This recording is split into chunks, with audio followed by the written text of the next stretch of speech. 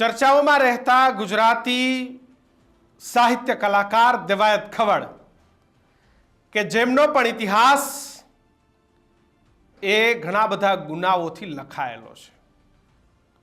દેવાયત ખવડની ગાડી તોડવાના આરોપમાં મેઘરજ ઉર્ફે બન્ના તેમનો પણ ઇતિહાસ એ ઘણો ગુનાહિત છે। દેવાયત ખવડ કે જે એક સારા કલાકાર છે, સારા સાહિત્યના જાણકાર છે, પરંતુ આજ દેવાયત ખવડે ઘણા બધા વિવાદોમાં પણ રહેલા છે અને આજ દેવાયત ખવડ પર ઘણી બધી ફરિયાદો પણ અલગ અલગ પોલીસ સ્ટેશનમાં દાખલ થયેલી છે। આજના વિડીયોમાં વાત કરવી છે દેવાયત ખવડ પર અત્યાર સુધી જે ફરિયાદો દાખલ થઈ છે તેની। આખો વિડીયો જોતા પહેલા ન્યૂઝરૂમ ચેનલને સબસ્ક્રાઇબ કરી લેજો। નમસ્કાર, આપ જોઈ રહ્યા છો ન્યૂઝરૂમ, હું કિશન કાટેલિયા। ગુજરાતના જાણીતા કલાકાર દેવાયત ખવડ એ હાલ સનાથલના એક કાર્યક્રમને લઈને ચર્ચામાં છે અને દેવાયત ખવડની ગાડી પણ ચર્ચામાં રહેવાના કારણે ત્યાંના લોકોએ એ તળાવમાં નાખી દીધી હતી। જો કે ગાડીની રિકવરી થઈ ગઈ છે, પરંતુ સનાથલમાં દેવાયત ખવડ સામે તો સામેના લોકો કે જેને દેવાયત ખવડની ગાડીને નુકસાન કર્યું, દેવાયત ખવડના મુદ્દા માલને નુકસાન કર્યું, એ બંને સામે આમને સામને ફરિયાદ નોંધવામાં આવી છે। સામે ભગવતસિંહ સહિતના લોકો છે, જ્યારે આ બાજુ દેવાયત ખવડના ડ્રાઈવર કાનાભાઈ છે। પરંતુ દેવાયત ખવડ સામે ફરિયાદ નોંધાવતા કીધું છે કે દેવાયત ખવડને કાર્યક્રમમાં આવવાની હા પાડી હતી, કાર્યક્રમમાં આવ્યા નહીં અને સાથોસાથ અમારા જે પૈસા છે પૈસા પણ લઈ લીધા છે। એટલે ભગવતસિંહે દેવાયત ખવડ સામે 8 લાખ રૂપિયાના છેતરપિંડીની ફરિયાદ નોંધાવી છે। પરંતુ દેવાયત ખવડ સામે અગાઉ પણ અનેક ફરિયાદો નોંધાયેલી છે। તેની જો આપણે વાત કરીએ તો દેવાયત ખવડ સામે અગાઉ 3 ગુના અને 1 ગંભીર ગુનો તેની ફરિયાદ નોંધવામાં આવી છે। એક ગંભીર ગુનો છે ને બાકી 3 ગુના છે। 2015માં ચોટીલાની અંદર મારામારીના કેસમાં આઈપીસી 325 હેઠળ ફરિયાદ નોંધવામાં આવી હતી। 2015માં દેવાયત ખવડ અને અન્ય લોકો સામે મારામારી જે થઈ હતી એ મારામારીમાં દેવાયત ખવડ પર આઈપીસી 325 હેઠળ જે ફરિયાદ છે એ ફરિયાદ 2015માં ચોટીલાની અંદર નોંધવામાં આવી હતી। વાત કરીએ 2015માં મૂડી પોલીસ મથકમાં હત્યાના પ્રયાસ કેસની ગંભીર ફરિયાદ નોંધવામાં આવી હતી। 2015ની અંદર આ ફરિયાદ નોંધાઈ હતી। દેવાયત ખવડ સામે 307 આર્મ્સ એક્ટ હેઠળ ફરિયાદ નોંધાઈ હતી।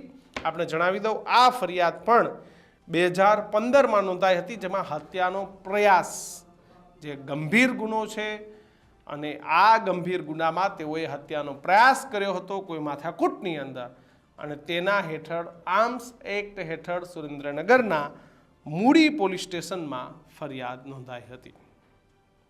વાત કરીએ 2017ની અંદર, 2017માં સુરેન્દ્રનગરના બી ડિવિઝન પોલીસ મથકમાં પણ આર્મ્સ એક્ટ હેઠળ ફરિયાદ નોંધાઈ હતી।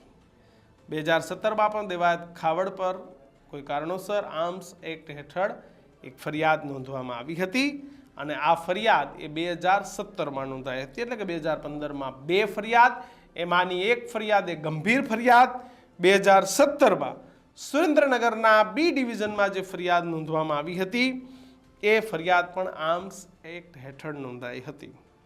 અને 2022ની અંદર ચોથી ફરિયાદ નોંધાઈ હતી। 2022માં રાજકોટમાં 2 વ્યક્તિઓએ જે મયુરસિંહ રાણા છે તેમના પણ હુમલો કર્યો હતો, જેના સીસીટીવી પણ સામે આવ્યા હતા। પાર્કિંગ જેવી કોઈ લગભગ માથાકૂટ હતી અને એમાં અપહરણની પણ ફરિયાદ નોંધવામાં આવી હતી કે જેમાં મયુરસિંહ રાણા કે જે વિક્ટમ હતા।